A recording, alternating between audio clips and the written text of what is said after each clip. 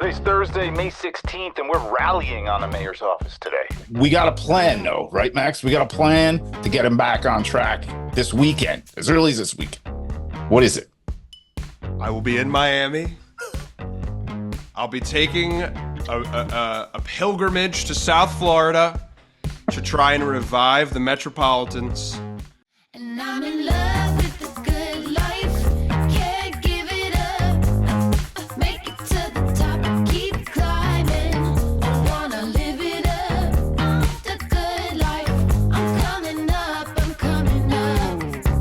The good life. Good life. Oh, good life. Good life. Good life. Boom! Coming in hot, Chinchy. How we doing, brother? We're good, man. We got an action-packed show today, but the start thing. Dude, first off, I love the shirt and the hat you got going on, bro. Oh, you like the combo? Stu's Yeah, dude. Great combo. So Stu. 78, man. It's my Dude, beat. I love that, dude. I love that. Vintage 78. It's when you were born and the new hat. Yeah. And now Stu's coming in, ruining it. Damn it, Stu. Go sit with Mr. Met over there. Hey, I'll tell you, ruining some people days. Adley Rutchman yesterday, dude. Walk-off bomb. He's so awesome. But, dude, his backswing, Stu, I am going to throw you. Stu's like, Stu will not take no for an answer. Anyway, Rutschman, walk-off. Those guys are going after it. The Yankees are going after it. Let's start in Baltimore because that happened during the day. What's your take on, how the O's are playing, how that guy's leading that team? The O's are playing great, dude. And, dude, Rutschman's hitting 314. You know, people say, oh, yeah, the pitching's so much better. Why are guys still hitting 330 and 350 and 340? If the pitching's that much better, why are still guys still hitting well? And I look at Adley Rutchman like, oh, yeah, guys hitting 314, 859 OPS. I think he hit his third home run in the last 3 games. Fourth in the last 3 games because he had 2 in a game. Okay, fourth in the last 3 in a row, 3 games in a row. But yeah, dude, what a huge hit that was because the offense was kind of sputtering. I think Kikuchi pitched really, really well at 4 in the third, but the bullpen came in and did its job, and then Romano gave it up to him. But huge, swing of the bat. They had 11 hits though, Chinch. And Rush, if you watch that home run, dude, it was high. It just made it out. Backswing. What was that backswing? How does that happen? Yeah. Is that just the torque of his body pulling him off? Yeah, I think so, dude. Yeah, just him ripping through there. But that was impressive.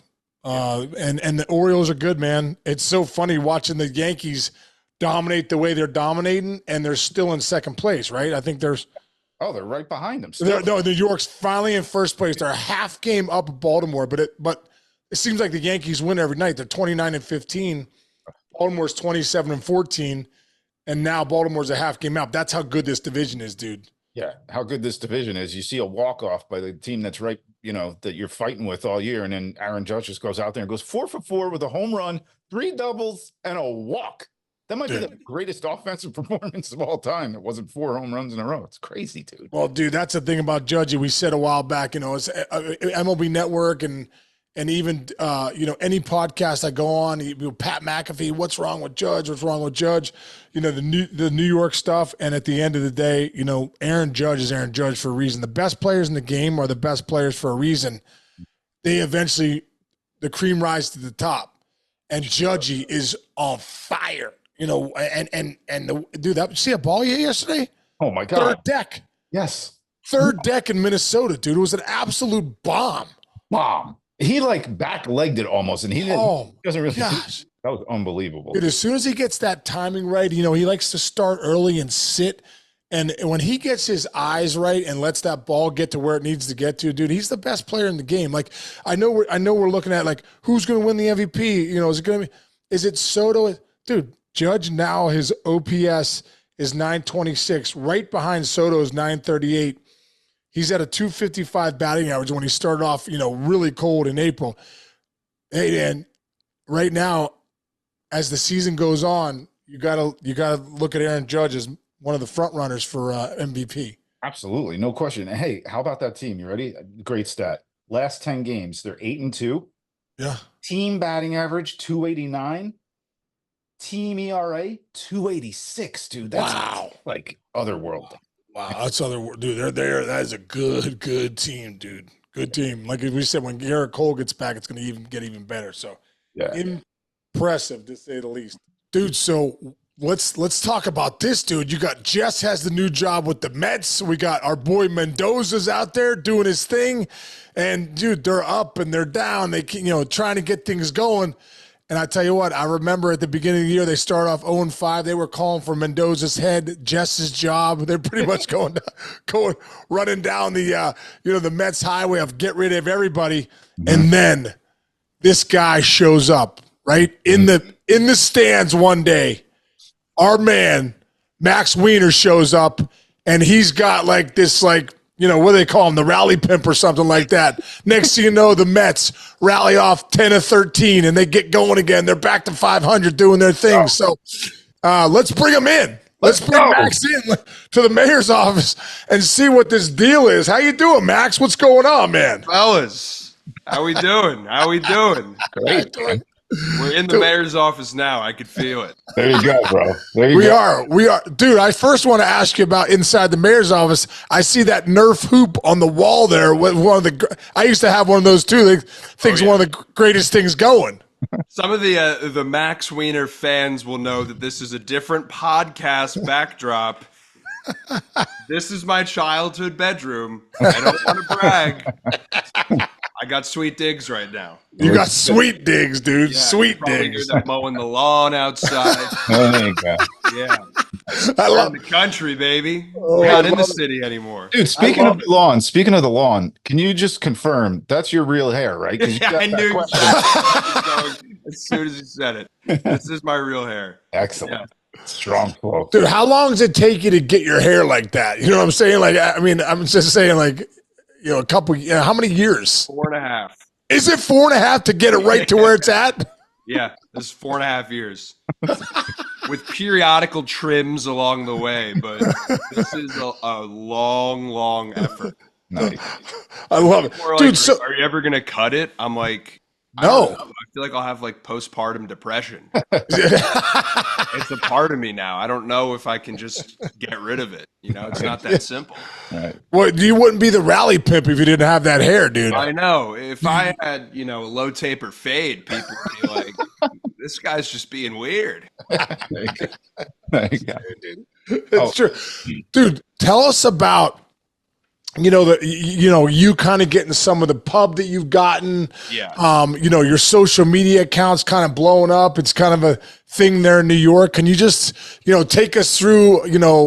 First off, take us through your outfit. Is that a real outfit? Like, because your hair's real. Yeah. Was the outfit real? Like, you're just kind of like ripping it up. That's just what I wear on a regular day-to-day basis. And I wore that green fur because it was 52 and windy that day at the game. I needed to stay bundled up. So I was wearing my most practical winter jacket to that game. Oh my god! So, none of it was a gimmick, and I had to explain that to people. Seriously? Yeah, like when all this started, people were like, "Oh, he was just kind of," and this is such a great Pimp wordplay, but he was just hoeing himself out for the camera. And I was like, I mean, I wasn't, because I was wearing this to the games years prior. They just weren't showing me. Like Mr. Softy lady out in left field knew me from the green fur when I showed up to the game. So that's what counts to me. Right. But yeah, this thing has really taken off and it's been so cool. Like New Yorkers have really bought into it, and it's been crazy to see some of the reaction. I mean, the other day, this is 100% true. I was walking back to my apartment and there were like 6 MYFD fire trucks right outside my apartment. And I was like, oh my God. And then they had ladders going up to the building across from me. And I was like, is someone going to jump? Like, what's about to happen? So I'm waiting and I'm looking. And then I hear the truck fire up their PA system. And I'm like, oh my God, like they're going to convince someone not to jump. And they go, hey, go Mets. I turn around and I'm like, what? Oh. It was so crazy. When did it first hit you? Like, did you like get online, or like, were you getting texts? Like, how did you know that you exploded? The day that they first showed me. So they showed me on SMY, and Gary, Keith, and Ron were talking about me. But I also had an interview with Johnny Kane from Bally Sports Detroit. And it was like an in-seat fan interview that they showed on their broadcast. So I knew before they even showed me on SMY that I was going to be on the Detroit broadcast. So I was like, all right, this will be some good publicity. But then when they posted that and then they posted me on the SNY Instagram, it all just kind of started to be like a huge thing. And like everyone I knew was texting me. I mean, people were texting me. My friends that were at bars and they were watching the Mets game. They were like, "Do you know that you're on TV right now?" And I'm like, "Yes." Like, you don't even know what's coming. You don't even know Detroit like me. But yeah, it was crazy in like hours after the game to watch it just explode. Where first it was on X and then Instagram started to take off. And it's just been so cool to have people reach out to me and be like, it's so great that like you're a real fan and we appreciate what you're doing. Although that's kind of running out. Right? Can you pitch? Can you pitch? Listen, if Mendoza wants to sign me to a 10-day, I could go two ways if he needs me to. I mean, I could be a solid 8-hitter if I need to. There's going to be no power behind the bat. It's going to be all contact. Dude, when did you become such a big Mets fan, and who's been your influence to make you a Mets fan? My mom actually is my Mets influence. I've been a Mets fan my whole life, and it's in large part because of her. She grew up on Long Island, 15 minutes away from Shea Stadium. Nassau County. That's what's up. Yeah. I saw the 516 number when you texted me. I was like, this guy knows what's up. Yeah, we're Chinch right in Rockville Center there. You're probably close to there. My mom's from New Hyde Park, so. Oh, there you go. Yeah, there you go. But yeah, I've been going to games my whole life, Shea and City. Every year for my grandfather's birthday and my older brother's birthday, we would get a box at either Shea or City. And so like every year, my whole mom's side of the family would come together for a Mets game. And those like I feel like I remember all those games that I went to. I was at one of those games was the infamous game-ending triple play against the Phillies, where they had that against us. Wow. So I try and get past that one in therapy every week. So good. But yeah, I mean, I wouldn't want it any other way. I wouldn't want to be a fan of any other team, even though being a Mets fan is a notoriously tough existence, but it builds character. And the real New Yorkers are the Mets fans, because everyone can be a Yankees fan. Everyone can walk around and say 27 rings and say, oh, Babe Ruth, all that. But like Mets fans, we appreciate it more because it's so few and far in between. But that's why I love it. And that's why I'll continue to love it until people start to blame me for the skid. Exactly. You'll be like, oh, I'm a Yankee fan now. Dude, it's funny you say that because my parents are from Long Island too. My mom's from Islip, my dad's from Sayville. Okay. But my grandmother was a huge Mets fan growing up, man. We would go visit them every year. I live in Pittsburgh. We would go visit them every year, and my grandmother would always talk about. And it was at that time, like I was 12 in '86, right? I'm a little older than you, but like the '86 Mets were such a big deal with Gooden and Strawberry and all that stuff. Yeah. But obviously, you weren't around for for Doc's days. But seeing his number retired the other day, how cool was that? Oh man, especially probably for your mom. Oh, I mean, growing up, my parents were in college, their junior year of college when the Mets won the World Series in '86. So that was like the prime of their life.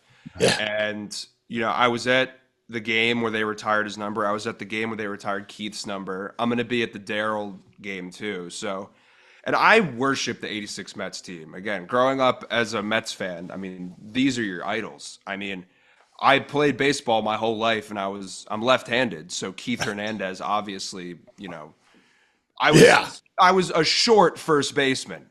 But in Little League, when you can get away with being 5'3", it was okay. I needed to play double plays like Keith.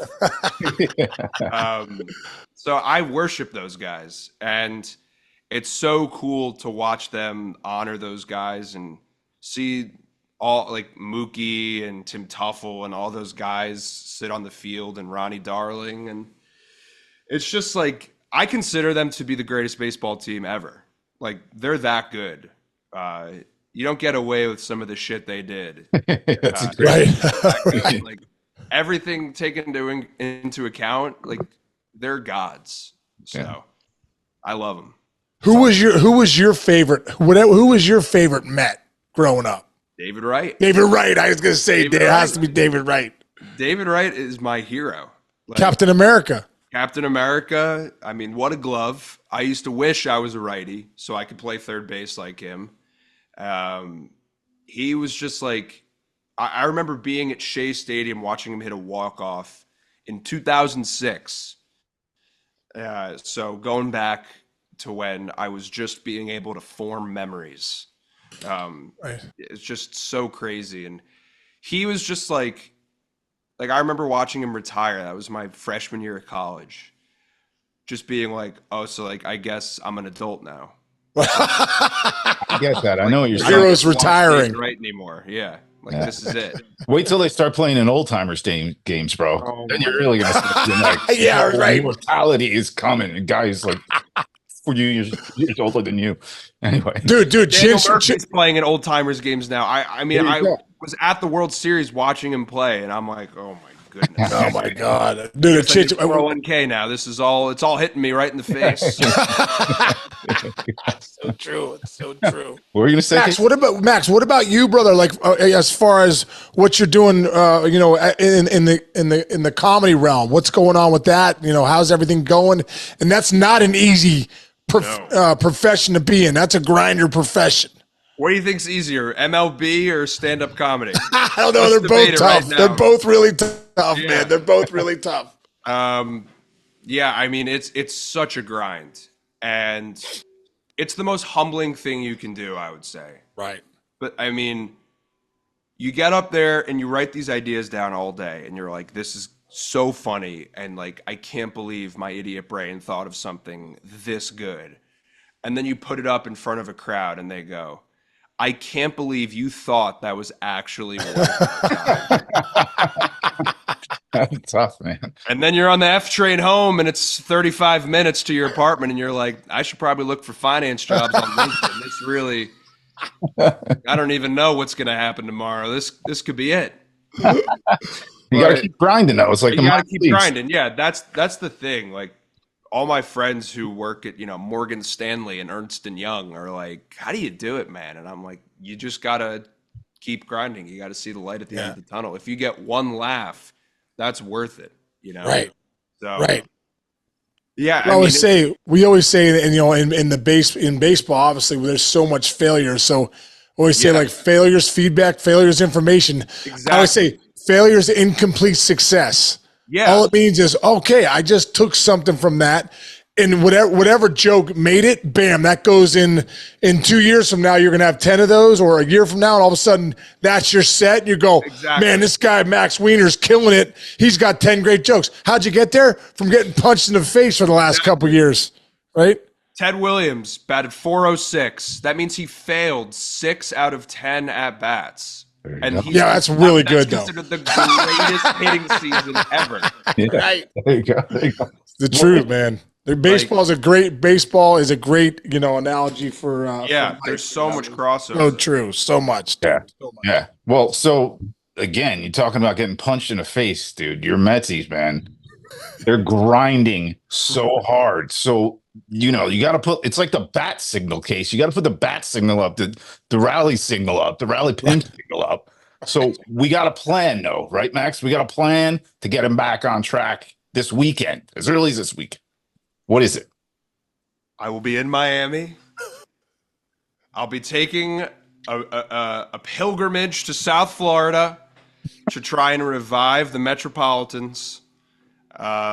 I also need to see in person how empty Lone Depot Park can get. The other That's thing, crossing something off my bucket list, because you watch those games and it's like, why are they playing in an airplane hangar? This really is quite terrifying. It's very dark. It's scary. But yeah, I mean, like getting punched in the face. Yeah, that's what being a Mets fan is like. There you go. Steve Cohen tweeting about the trade deadline in the middle of a game. I respect the hell out of that. I'm not. I respect the hell out of that. As a fan, you're like, okay, I There's do no respect bullshit with that guy. But yeah, I mean, sign the rally signal. I mean, people tweet at me in the 7th inning of like every game. They're like, "Where is he?" That's And good. I'm like, I'm at home naked on my couch.